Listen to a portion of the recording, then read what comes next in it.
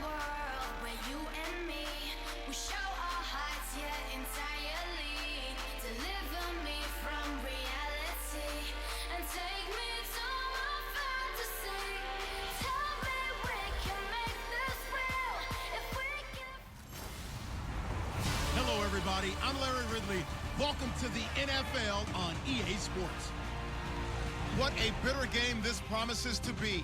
These division matchups always call for some extra explosiveness in the passing game.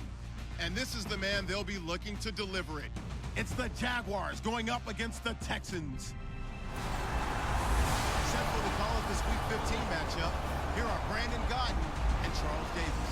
Larry, it is set to host Super Bowl 51 on February 5th of next year as you take a look inside NRG Stadium here in Houston. Today, we reach Week 15, and we've got a good matchup in store between the Jacksonville Jaguars and the Houston Texans. Hi again, everyone. With Charles Davis, I'm Brandon Gaudin, and Charles,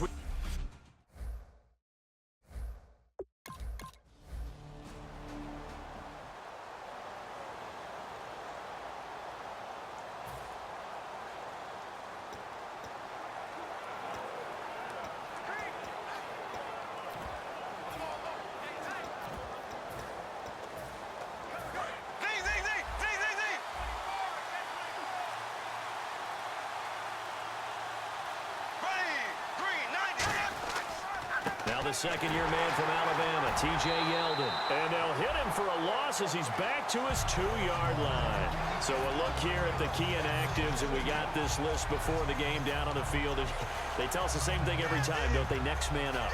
No excuses. Be ready to play. That's the mantra of every organization. The key is having guys on the roster who are capable of filling in and playing at a high level. That's when you know you've drafted well, scouted free agents well, and stocked your team just the way you're supposed to. It'll be a 2-yard gain, and it'll be 3rd and 10.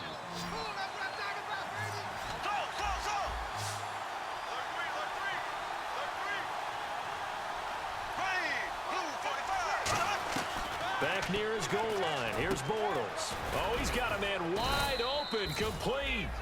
A gain of 11 and a first down.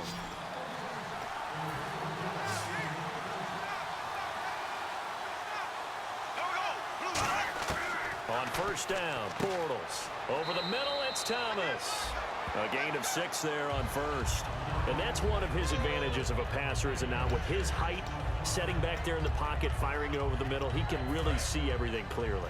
It is, and I know that other quarterbacks get it done different ways, all right? You don't have to be his height to make a great play, but what he does is he takes away having to make those slide steps in the pocket to find angles to throw the ball through. He just throws right over the top of it because he can see everything, and sometimes that saves time and gets the ball to a receiver quicker. So it'll be first down here after the run. So many teams want to throw the ball in this situation nowadays, but I love watching a team that has enough confidence to go ahead and run the football in that situation.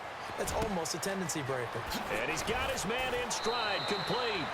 And he goes out of bounds across the 40-yard line. And that catch puts him past the great Jerry Rice. For the most receiving yards in a single season, he's now up over 1,848. At one point, we called Jerry Rice Flash. How about the dash we saw here today? The dash towards his record and past it. What a tremendous achievement.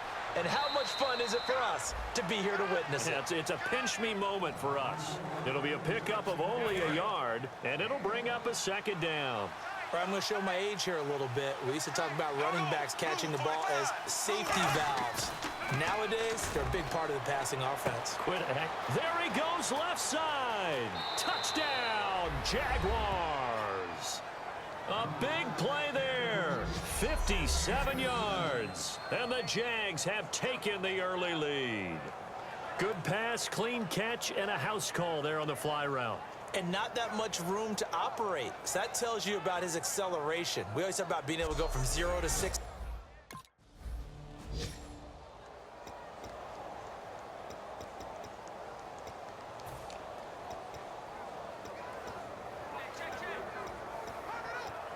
Here comes comes the Jaguars offense as they get set to go again. And they were able to punch it in the end zone last time. They'll be looking to do that again here for the defense. Obviously, they'll be looking to stop them from punching it back in the end zone. It always is punch-counter-punch, isn't it? And which team has the advantage? Well, let's just go back. Last time on offense, they rolled downfield, got into a good rhythm. You can see a little more bounce in and out of the huddle. You can see the sideline really get into the game. So defensively, you're thinking to yourself, how do we take that away from them? How do we get the advantage back? Let's see what they come up with. I think pressure is always the first way to go. You love pressure. I love it. We'll see if they dial it up this drive. And he's certainly not a guy that drops that football very often. Indeed, because that's a bit of a surprise. I know he's in the middle of some traffic and people, bodies all around him, but he usually has the focus to haul that one in.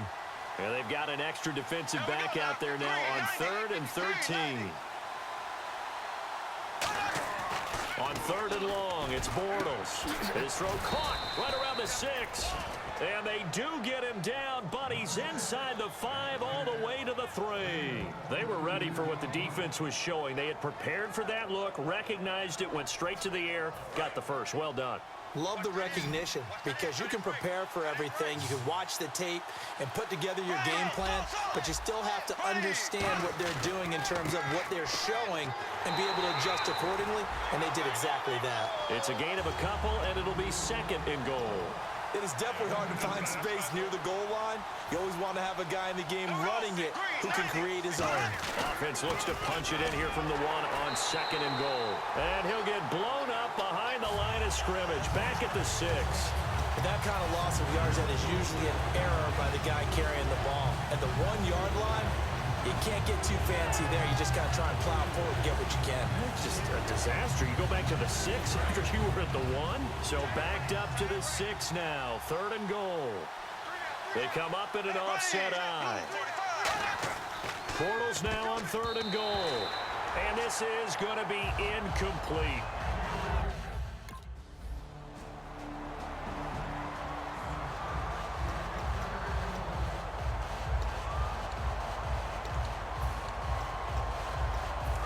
Now comes Jacksonville as they get ready to go. And last time they got 3 points, but it was a chip shot field goal. And when you go to the sideline after a chip shot field goal, maybe the offense not too happy. It's a balancing act, isn't it? Because you're exactly right. They're none too pleased that they didn't punch it in for 6 points. But they also have to remember they did put points on the board. 3 points is 3 points. And in this league, you take points when you can get them. Not easily done. On that catch, he's already eclipsed 100 yards here in the first quarter. Charles, he's on pace for over 400. And playing with great confidence, isn't he? I think he probably had it coming into the game, and now that he's really come out of the gate this strongly, I'd like to be in the huddle with him right now. You know he's demanding the Give me the football. ball. And guess what? I throw it to him. He's having a fantastic game, and they haven't defended him yet. Not much there. Maybe a couple as he's taken down at the 40. Tackle made by Whitney Merciless. Alongside the former defensive back Charles Davis, I'm Brandon Gaudin. It's Jaguar football as we begin quarter number 2. They're on the march, but facing a 3rd down here.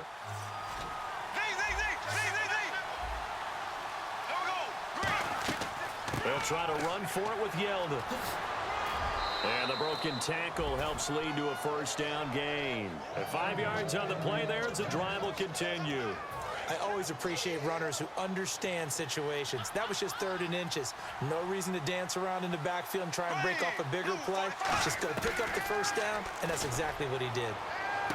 His throw caught right around the 6. And he takes it in. Touchdown, Jacksonville. Their dangerous wide receiver with his 2nd touchdown here in this first half. And the Jaguars add on.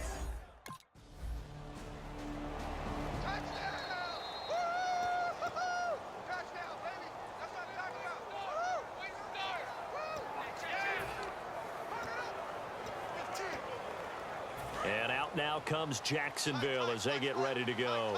And they'll just simply be looking to build off the confidence of the last time out where they scored a touchdown. And confidence is powerful, isn't it? When you've scored once, you feel like you can go back out there and get it done again. Doesn't matter what the defense throws at them. They feel like they're in a groove right now, and they want to get out there and show it. Yeah, hoping to stay in that groove here this go-around. So incomplete on first. Let's see what second down has in store.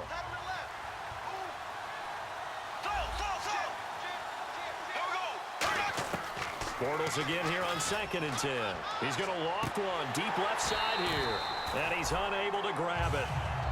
Thought he might have had position, couldn't hold on, 3rd down.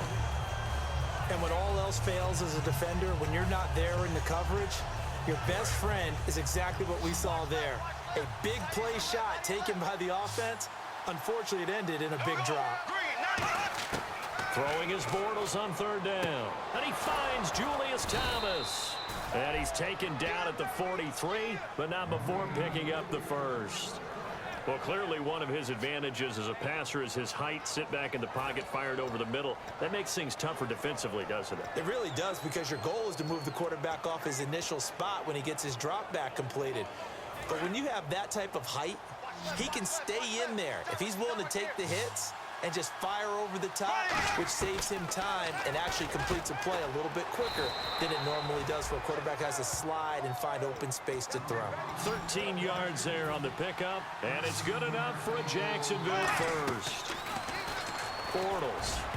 And lucky to get away with one there. That one nearly picked. 2nd down. He's lucky to be getting that one back. After what they've done with him all day long, with all the targets trying to go after him, he's obviously gotten smart, and his pride has kicked in. Made a terrific play.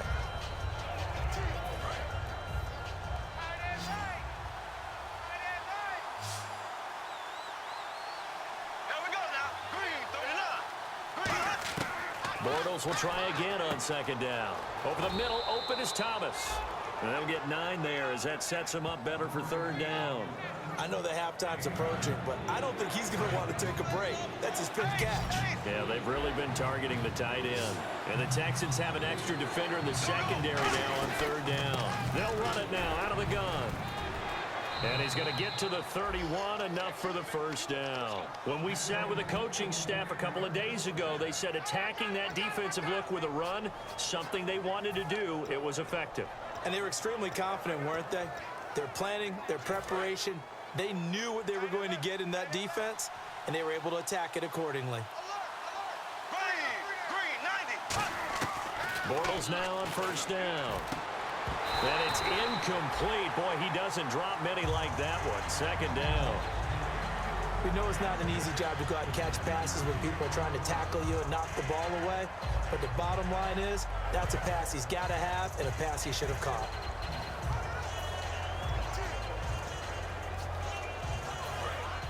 Looks like the defense in press coverage here.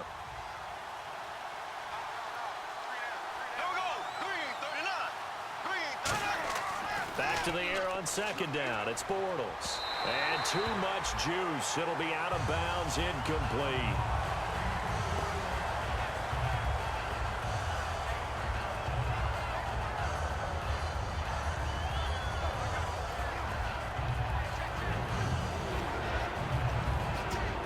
It's been a pretty long drive. This will be play number 9.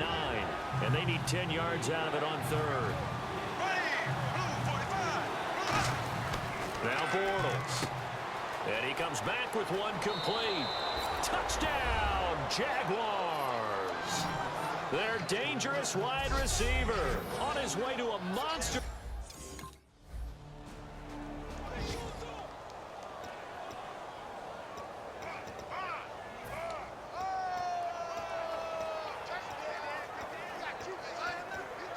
And out now comes Jacksonville as they get ready to go. And that recipe on their last drive that resulted in a touchdown looked pretty good, so they'll be hoping to do that once more. And it takes me back to when we sat with the offensive coordinator and the head coach. They felt pretty good about their game plan and thought there were some holes in the defense, and they exploited them the last time out. Let's see if they can come back and put together a similar drive. And we'll see if they can do just that. Well, we know he's got the speed there. He needed the speed and the hands. A great catch. And because of that speed, you have to respect it as a defender. So you have to either play off or make sure you're somehow in contact with him, and he's able to do exactly what you said. Use the speed to his advantage and go up and get the football. That's a big-time play right there. They'll try to run for it with Yeldon, and he'll get blown up behind the line of of scrimmage, back at the 6. That's going to go as a loss of a yard, and it'll be second down. When people see Vince Wilfork, they don't think about his versatility, do they? But we've seen that throughout his career where he's actually played some defensive end as well as his expected defensive tackle and nose tackle positions.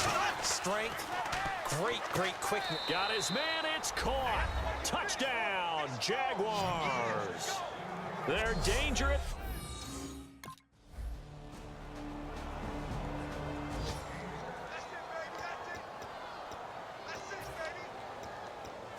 Here comes the Jaguars offense as they get set here. And they will simply, Charles, be looking to duplicate what they did last drive when they were able to push it in for 6.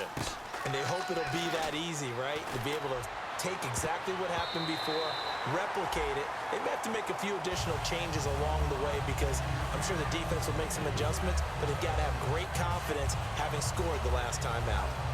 So the incomplete pass brings up second down. They'll come out in the pistol.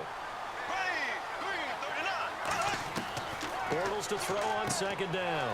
He's going to leave this for his running back. It's complete. Give him 2 yards on that play, and that'll bring up a third down.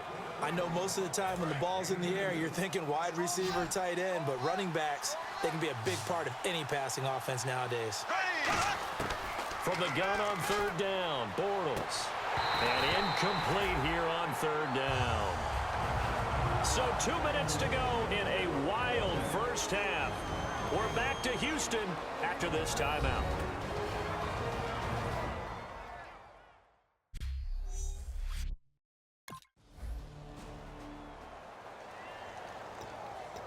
And now out come the Jags. And a tight game after punting last time. See if they can get something going on this drive. As they head to the field now, with the game this close, you've got to feel there's a sense of urgency for them going on offense right now. But they have to do it without letting panic creep in and affect their play. And now they're in the hurry-up. On second down, here's Bortles. He's going to flip that out to the flat. It's complete. The gain of 4 that time as the drive continues. Now whistles come in. We're going to get a timeout here by the offense. It's just their first, so they'll have 2 remaining here before we get to halftime.